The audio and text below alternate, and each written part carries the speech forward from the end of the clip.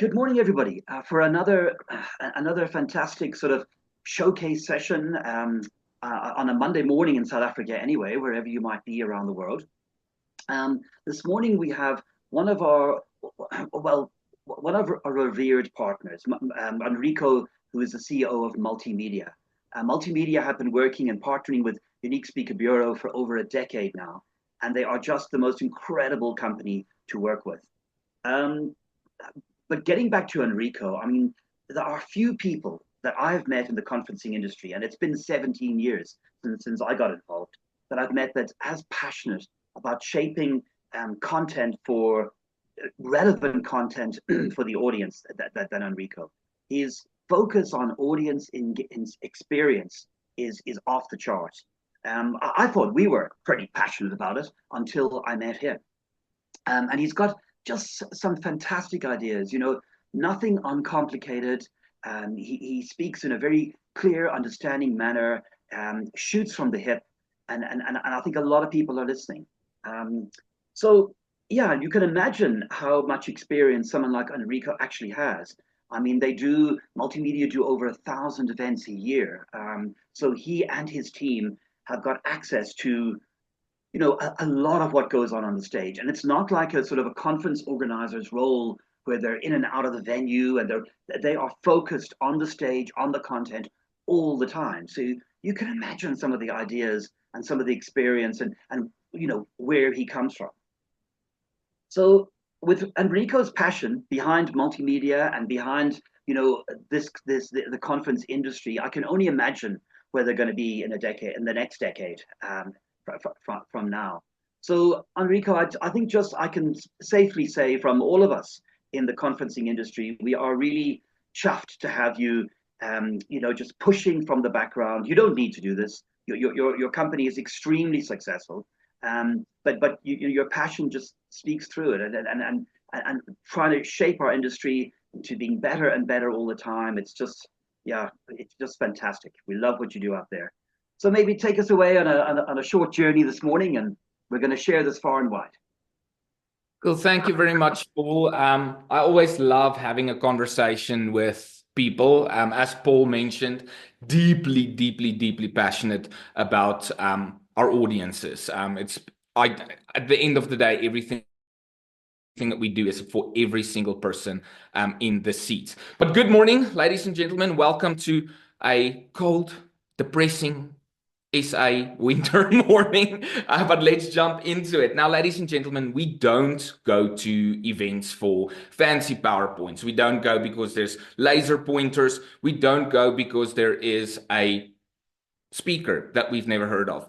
We show up because we ultimately want to feel something. We want to have some hope, curiosity, and connection. And as Paul mentioned, for the last 33 years, Multimedia has been focusing on creating meaningful connections between brands and people. And we do more than 1,000 events per year to really make sure that we can drive this industry towards something special where everyone creates meaningful connections. And that's why we're so loud about it over the last few years. We want to ensure that there is change. So how do we achieve these things? Through our various different offerings. We offer technical solutions, the sound, lighting, AV, staging, the things that most of you might know us for. We also have our own content team that focuses on your communication touchpoints, digital and print, so that we make sure that we land the message that we need to land. We also have event management. We realize that even some of our event managers have some problems that they don't want to deal with, and Multimedia steps in to make your life a little bit easier. And then we also have event consulting that focuses on your audience, their fears, their needs, their desires, all the things that we'll get into today, but to create an audience journey so that you can land your message and ultimately create change. So in a world that is flooded with tech and data promises, a lot of events do make us numb, us event managers, but also the audience that we want to deal with. And today is all about challenging that. As we dive into AI, the audience, and the emotional attachments session. So we truly want you to understand your audience. And we're going to provide you with some tools that you can use to sharpen your concepts and ultimately leave your audience with a message that really sticks.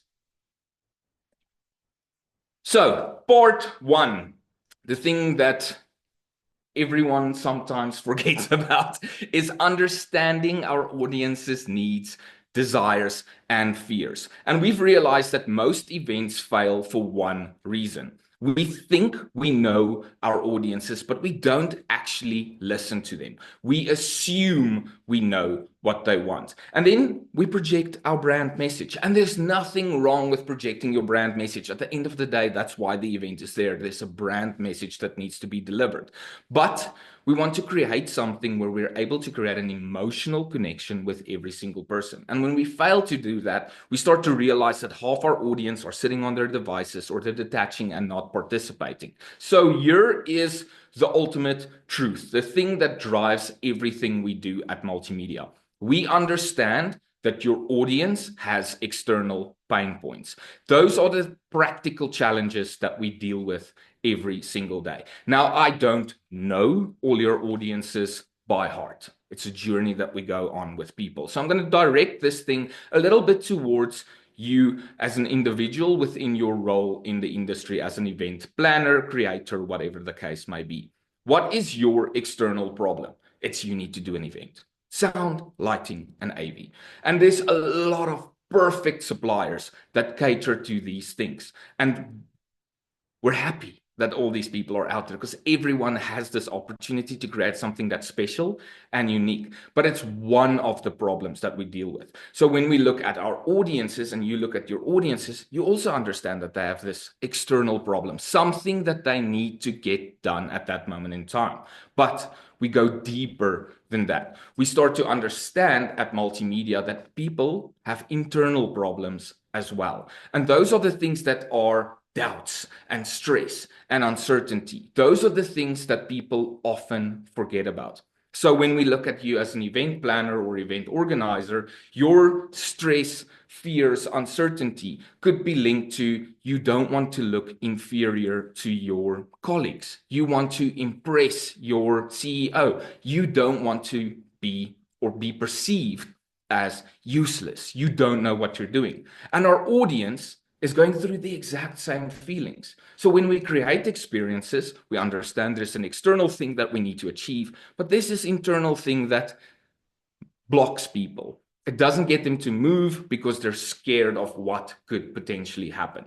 And then there's also the philosophical problems, the deeper meaning things, the why, the fairness, the purpose, all those things that motivate us to actually get up in the morning and do what we need to do.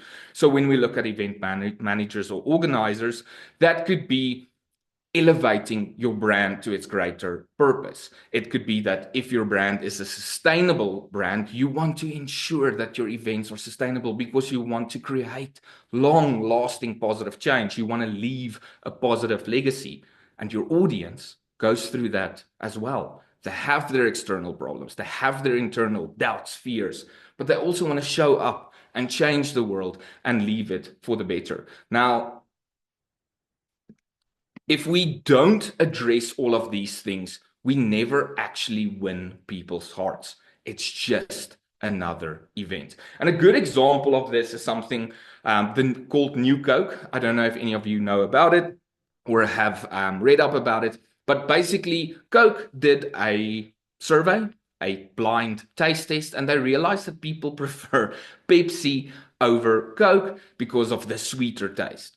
And Coke's response was, well, let's change our recipe. Let's give people a new Coke. Let's give them what they want. They want a sweeter drink. And there was massive revolt. France fell, the UK fell. No, it wasn't that bad, but people were quite angry about this. Why? Because it wasn't about the taste. It was about the emotional connection that people had with Coke, the nostalgia of what it felt like and tasted like to drink a Coke. Now, my wife and I have something that we call brand Coke, burning Coke. Whenever we have takeaways, when we eat trash, pizza, fried chicken, let's not use certain brand names, we have this desire to have brandcoke. And it's a deep and meaningful connection. We don't want something else because it's not part of the core memories that we formed as children.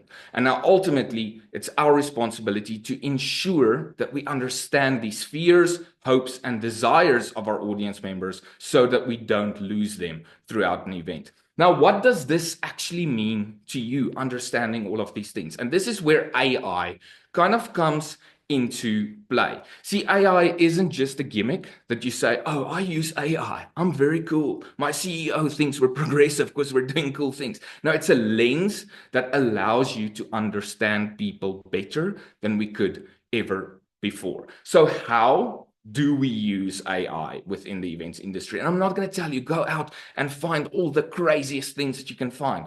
Start with ChatGPT. It's quite basic and easy. If you use ChatGPT to retype your emails, you need to get into the grind and upskill yourself because it's a thinking buddy that allows you to think different about everything that you have happening in your lives.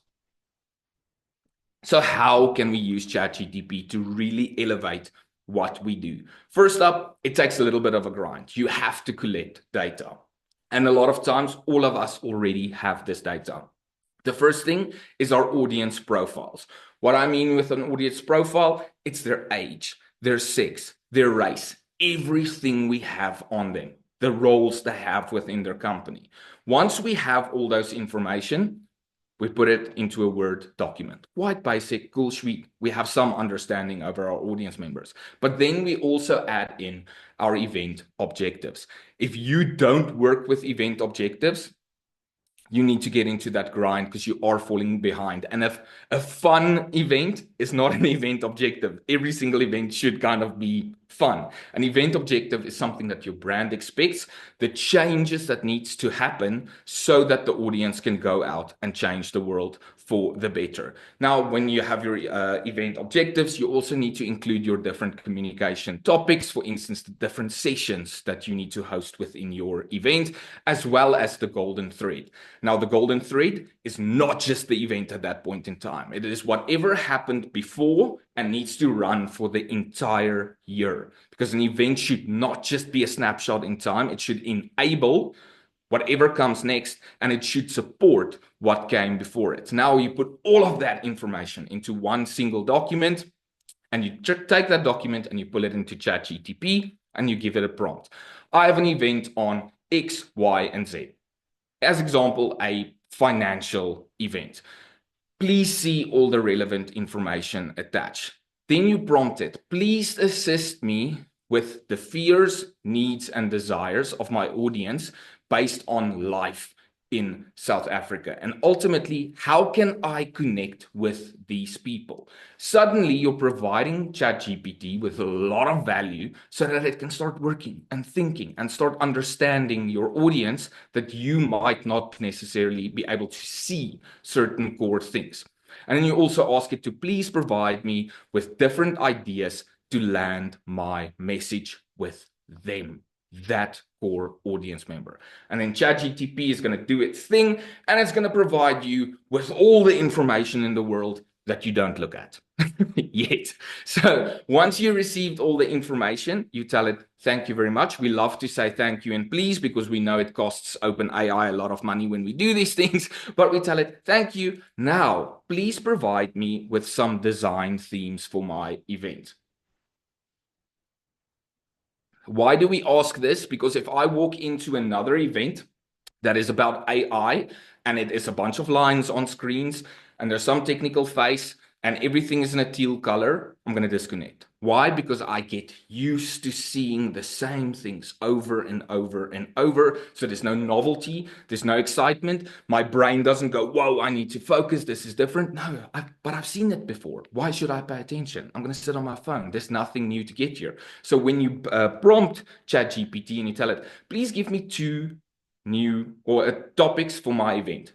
Take two random things and fuse them together and link them to my fears, needs, and desires of my audience. So as an example, you can tell it, please provide me with an event that has, or give me options for my event. For example, a Japanese street art fused with a nuclear explosion.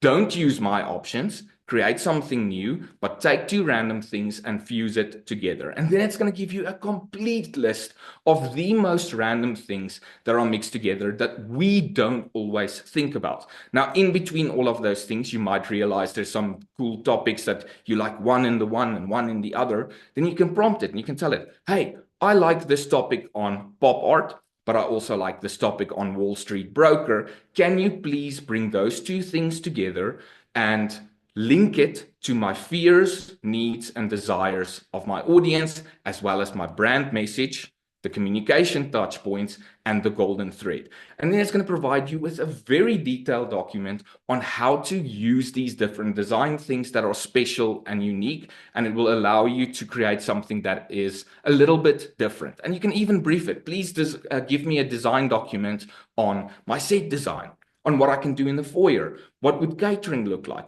What would interactive participation look like? And you start building this conversation to think a little bit different. Now, once you've had this conversation, you will still only sit with a bowl of soup of everything. It will not be perfect, but there will be elements in it that you can utilize to start to think different. And that's where your unique creativity, that thing that makes you special, comes into play, because you can go through all the information and say, whoa, this is great. I like this part. I like this part. This connection point between the message and an engagement point is a nice thing to do. It's something that's different and unique. And then you can build your own briefing document for your suppliers, and you can tell them, oi, we have an event based on X, Y, and Z. These are all the fears. These are all the touch points that we need to hit. This is the journey that we need to take people on. We don't want people to walk into a dark parking lot. What can you do to make things easier so that our audience at the end of the day feels a little bit safe? So once you have this massive document of information, you kind of need to shift to actually achieving what your brand wants you to do. And that's where we start to move our audience. So once you understand the information and it's guided your thinking, you need to design that thing that will ultimately move the people, because it's not going to happen by itself. Events are not about information. Events are about transformation. And how do we do that? This is a very basic framework that I stole from Richard Mulholland that everyone should be using. It's in his book, Here Be Dragons, and it's get people to care, get people to believe, tell them what they need to know, and tell them what they need to do. So you, with all this information that you have, need to get your audience to care. You need to create that emotional connection with them so that they sit up and they say, these people are speaking to my heart. But when you grab their attention, you need to get them to believe. They still don't trust you. That trust has to be earned. Just because you're the biggest corporate in the world doesn't mean I trust you. And your speakers and your MC needs to build that trust with me. And then once we get them to care and we get them to believe, then we can tell them what they need to know. And this is what we do so great in our industry. Speaker comes up, tells us what we need to know, goes off. Next one comes up, tells us what we need to know, and goes off. And we just grind these things through. But there's one key thing that is missing. We need to tell people what they need to do. We need to give them a mission, a plan, a clear path so that they can take steps to create change. And I just had a realization now. We have a stage dive once a month, and I'm actually going to do it on utilizing shorts in the event to get people to do things, take action, make change. Why? We can see on our devices every single day reels coming in telling people how to make a certain meal, how to fix something, and we all care about it. We're like, oh, that's interesting. I can go out and create change. I don't have to spend hours learning something. I don't have to spend 20 minutes watching a tutorial. I can quickly learn what I need to do to be better, and I can take action and go and create change, because that is what events is all about. We want to change behavior. And it's a emotional choreography. It's a dance that we do to take people on this journey. We're not aiming for the applause. You're aiming for behavior change. Decisions that are made differently that go out and ends in results. And we all know people rarely remember what you said, but people always remember how you made them feel. So let's focus on those things. So as we quickly start to wrap up the session, Here's the challenge. Stop guessing. Start understanding every single layer in your audience journey. Understand their fears, their needs. Understand what's going to happen if they arrive in a dark parking lot. Understand what's going to happen if they arrive in a venue and there's no one there. Because we all have these fears to not be included. And when we design our events around those things and we're mindful of those things, then we can leave long-lasting impact. And then stop drowning in all the information. Let AI filter out the things that don't matter. Let it help you create clear signals and clear communication so that you can explain your vision to your CEO, CFO, as well as your suppliers. And ultimately, stop chasing gimmicks. Design experiences that build real emotional connections. Because when you do, you don't just deliver an event, you ultimately deliver change. And that is what sticks. So let's not make events melt like ice cream. Let's make events that feels like a story that people will be able to carry with them forever. Thank you very much, ladies and gentlemen. If all of this is confusing, frightening, exciting, you can scan the QR code and submit your contact details, name, surname, telephone number, and email, as well as your preferred contact point, and we'll reach out and let's have a conversation. I love talking about our industry and how we can make things better. And let's go out and create some meaningful connections with each and every single audience member. Thank you very much. Thanks, Enrico. That was fantastic as usual. It really helped us from a unique speaker bureau perspective because we've got our showcase coming up in January, and I know you're a part of that. And you've actually given us some really fantastic pointers ourselves, on how we should be doing this better, theming it better, and yes, help people to do all the things that Richard Mulholland kind of endorses, with particular emphasis on what to do afterwards. So I noticed at your future of events, what a fantastic evening that was. You had a series of, what of questions about what's the most important kind of content to cover in the evening ahead, and pretty much the majority, and you kind of smiled because you almost predicted it. The majority of the audience had said, "Oh, new things, immersive technology, new products," and whilst I mean that's really important, right? I mean that to like you said, you don't want to see the sea of sameness out there from an audience perspective. You want to see something that's going to catch your attention, but at the same time, we don't want to be losing focus on what these conferences are all about, which is affecting change, right? And transforming the way audiences think to a certain degree for the good. So, I mean, you still stand by that, right? There's a balance, and I guess that's why experts like you are called upon to kind of help us navigate, or help our customers navigate through that balance. Yeah, I think like what was interesting with the showcase, like I knew exactly why people were coming to the event. It's the future of events. Like we want to see tech, we want to see flash, we want to see all these crazy ass gimmicks that's out there, and we want to be impressed. And I knew exactly that when we ran that poll at the beginning, everyone was going to say they care about the technology first. But there was this deep hope inside me that people would say, no, creating change is the most important thing. So just for those of you that's online that weren't at the event, we ran a poll before the event started asking people what's the most important thing. It was immersive technologies, storytelling, creating change, and personalization. And ultimately for me, it's about creating change. Our brands don't spend hundreds or millions on events for good scones and coffee. They don't spend that money so that people walk in and say, you know what, that was a cool lighting show. You know what, that sounded cool. No, they want some sort of change in the audience so that they can go out and continue the change and that they can have some sort of positive impact. And a lot of times people look at these gimmicks and they're cool things. Like I don't want to take away from the technology. Like I love the technology. It allows you to do things, but they're only tools.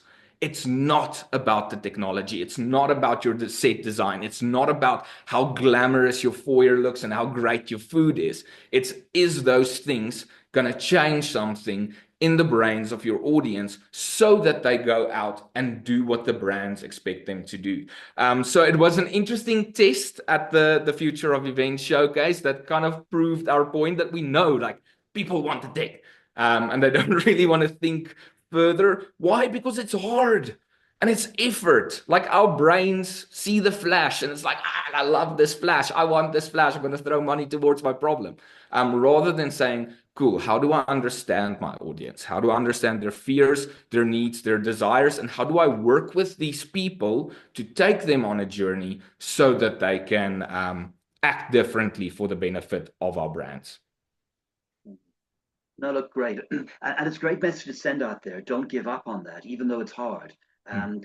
And maybe the aim is to try and help our conference organizers out there. And speakers can play a big role in that. That there are plenty of really cool platforms. I know at Unique Speaker Bureau, we have a few as well, where we can help audiences kind of guide speakers better in terms of their content. We'll definitely showcase some of that at the January showcase.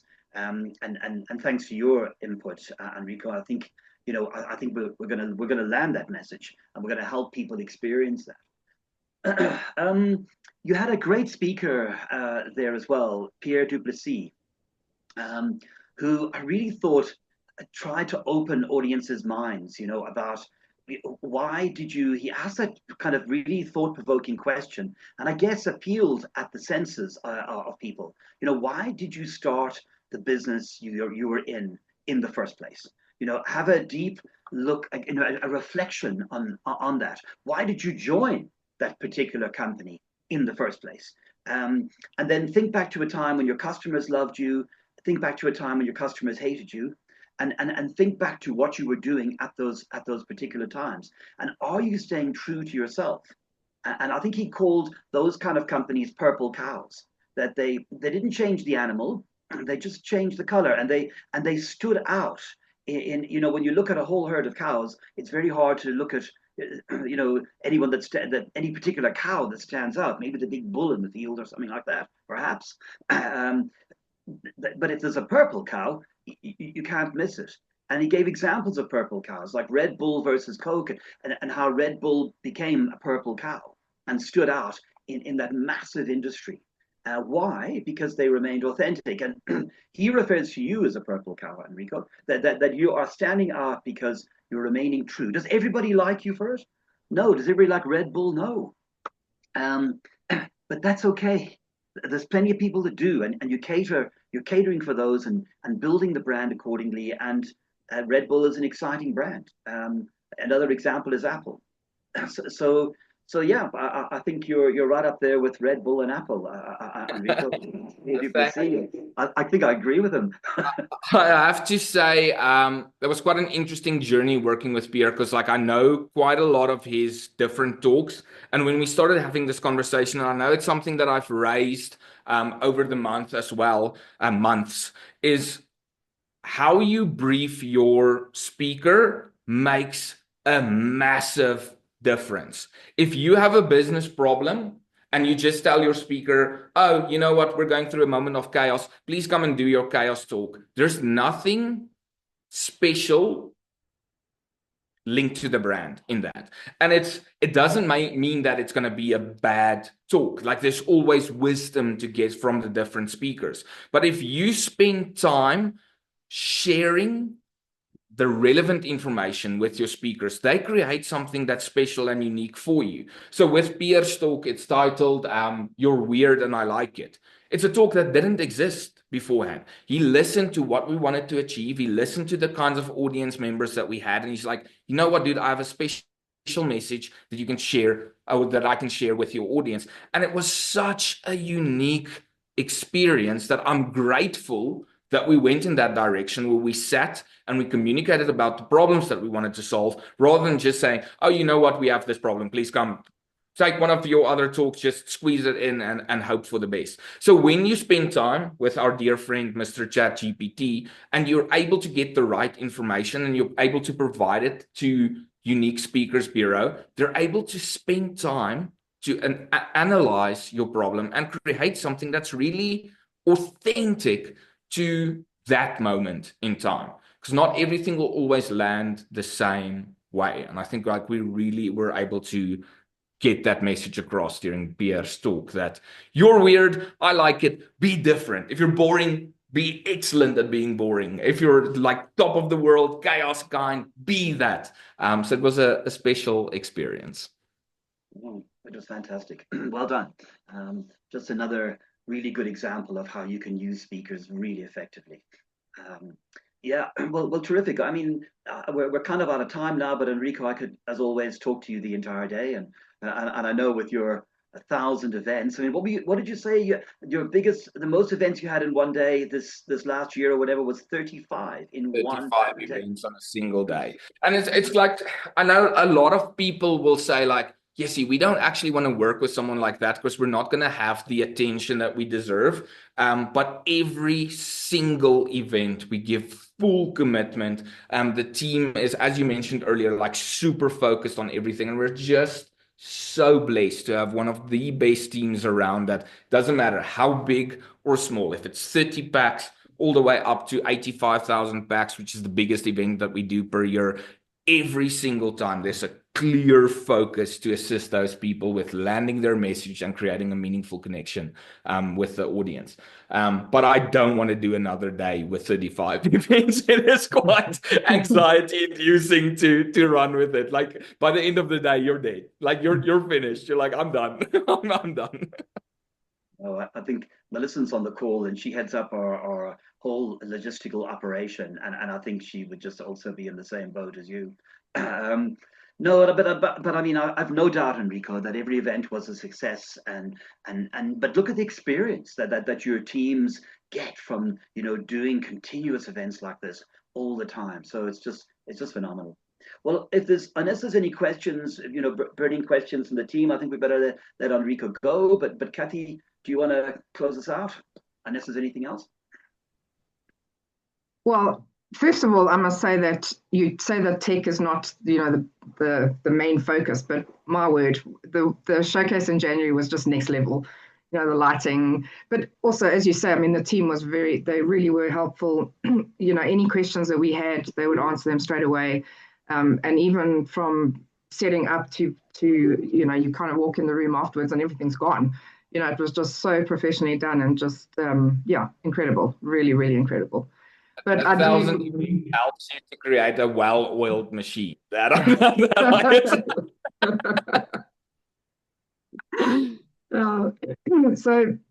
but I also do think that, whether it's, from your aspect, from our aspect, where we bring the speakers on, there has to be that initial understanding of what is needed, what customer needs. Because as you say, you don't want them to walk out the room and, forget about the whole event, there's no knowledge gained from it. So yeah, very important, I think. So that actually brings us to the end of From Live to Online series, but we are going to carry on with a new series now. And being Women's Month, we're going to have a few women over the next few weeks. And next week, we're going to be having Yael Geffen. So please join us again, 9 o'clock next Monday. Thanks, everybody. Bye. Thanks, Enrico. Bye. Good to see you.